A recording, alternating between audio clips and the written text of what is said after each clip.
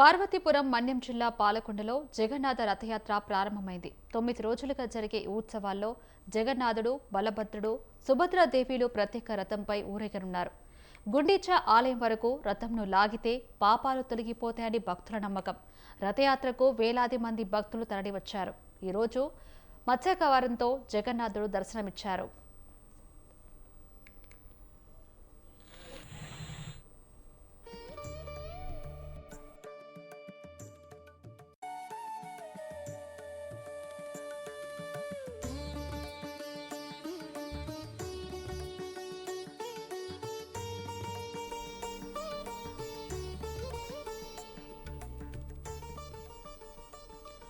భక్తులు స్వామివారికి ప్రత్యేక పూజలు, అభిషేకాలు, అర్చనలు నిర్వహించారు.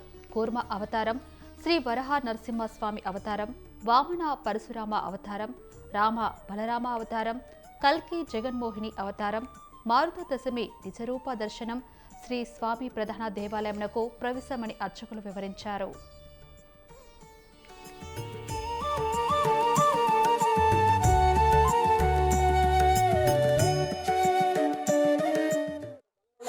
స్వామివారి రథయాత్ర జరిగి ఈరోజు మూడో రోజు స్వామివారు మత్స్యావతారంలో స్వామివారు భక్తులకు దర్శనమిస్తున్నారు. భక్తులందరూ వచ్చి తండపు వచ్చి స్వామివారి దర్శనం చేసుకుని తీర్థ ప్రసాదం స్వీకరించి వెళ్తున్నారు. అలాగే రేపు స్వామివారు కూర్మావతారంలో భక్తులకు దర్శనమిస్తారు. అలాగే 20 తారీఖు స్వామివారు ఆదివారం 20 తారీఖు స్వామివారు ఆ రోజు హీరాపంచమి స్వామివారు వరాహ నరసింహ అవతారంలో భక్తులకి దర్శనం ఇవ్వనున్నారు.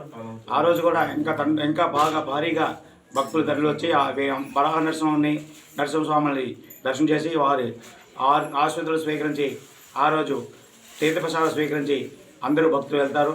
ఎక్కడి నుండే కాదు, చాలా దూరం నుండి కూడా పల్లకి నుండి కూడా చాలామంది భక్తులు వస్తుంటారు.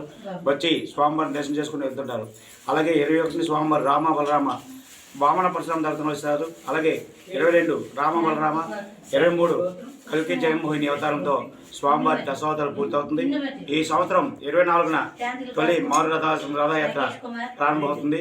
స్వామివారి రథయాత్ర జరిగి ఈరోజు మూడో రోజు స్వామివారు మత్స్యావతారంలో